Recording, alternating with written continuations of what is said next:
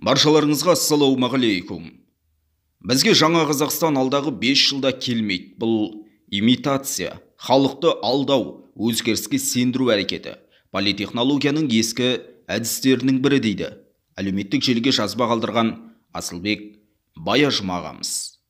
Соңғы 2 аптада Қазақстанның бірнеше қаласында болдым деген Серік Бейсенбаев та өзінің ашық пікірін жеткізіпті. Дискуссиялар өткізіп, адамдармен кездестім, жалпы түйгенім, қоғамның көңілі жабырқау, оптимизм сарқылған, билікке наразылық көп. Ал жаңа Қазақстаннан үміт үзілген.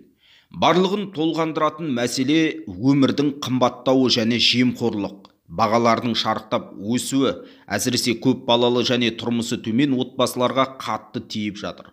Бұл жағдайда адамдар тұтынуды азайтып, барынша арзан тауарларға көше бастаған. Шағын бизнес салықтың көлеміне және айыппұлдың артқанына наразы. Біздің елде штрафстан деп атау керек дейді кейбіреулер.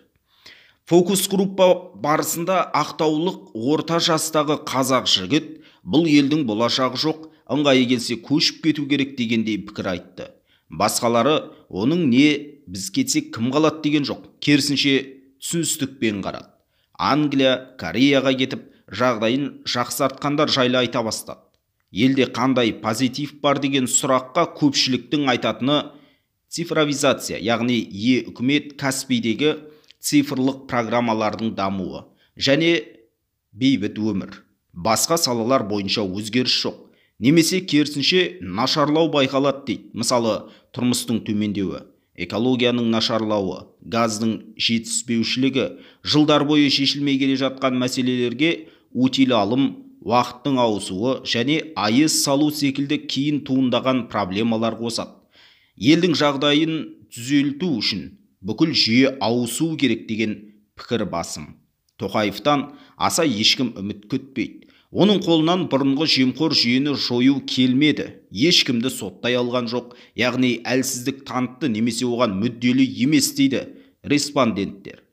Айналасында темір қоршауды күшейтіп жатқанына қарағанда, Ақордада қоғамдағы осындай көңіл-күйді жақсы біліп отырған секілді дейді Серік Бейсенбаев. Ұлттық қордан ақша алуды тоқтат, Тоқаев депті белгілі тележурналист Дина Елгезек ханым. 2024 жылы үкімет ұлттық қордан 4 триллион теңгеден астам ақша алды деген Дина ханым былай дейді. Жыл соңына дейін тағы үкімет 2 триллион алмақ. Сонда жыл басында үкімет биыл ұлттық қордан 3,6 триллион теңге жұмсауды жоспарлады, бірақ іс жүзінде 6 триллион теңге жұмсамақ. 2023 жылы ұлттық қордан 5,3 триллион теңге алынды. Бұл бір жылдық республика бюджетінің 20%-на тең.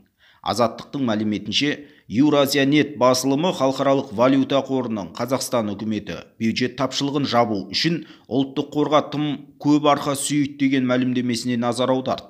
Ұлттық қордан ақша ала беруді тәуекелдерді арттырып, экономикаға соққы болып тиюі мүмкін. Халықаралық валюта қоры Астанаға дискрециялық шығынды азайту үшін тәуелсіз қазыналық кеңес құруды ұсынды. Мемлекеттің жобаларын қаржыландыру үшін бұрын да ұлттық қордың резервтері жұмсалатын, бірақ қазір ол бұрынғыдан көп көлемде шығындалып жатыр дейді Қазақстандағы халықаралық валюта қоры миссиясының жетекшісі Николя Бланше. Басылым Бланшенің кей кезде ақша қалай жұмсалып жатқанын бақылау қиын, мүлде күтпеген операциялар жасалып, ол туралы ақпарат жария етілмейді деген сөзін келтіреді. Мақала авторы Алмаз Куменовтың жазуынша, үкімет бұрын ұлттық қор активтерін 2030 жылға қарай 100 миллиард долларға жеткізуді көздеді, бірақ ол мақсат енді орындалмайтын сияқты.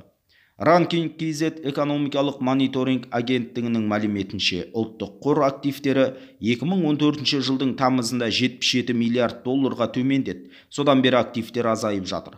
Қазір активтер 63 миллиард доллардан төмен. 2020 жылы ковид пандемиясы кезіндегі төтенше жағдай, биыл көктемде солтүстік пен батыста болған су тасқыны бюджетке салмақ салды. Осының салдарынан мемлекеттің шығысы кірістен асып түсті. Үкімет бюджетке салмақ салмасы үшін ұлттық қордан ақша алды. Халықаралық валюта қоры үкіметке шығысты кіріспен сәйкестендіру үшін макроэкономикалық болжауды жақсарту, салық реформасын жүргізу мен кешенді климат саясатын әзірлеу тәрізді шараны қолға алуды ұсынды. Алайда кейбір сарапшылар ұлттық қор шығынын қысқарту керек дегенмен келіспейді. Ақша қазір керек, бізге жол салып, инфрақұрылымды жаңартып, елді ретке келтіру қажет. Ал келер ұрпақ өз қамын өзі жейді, дейді экономист Денис Кривошев.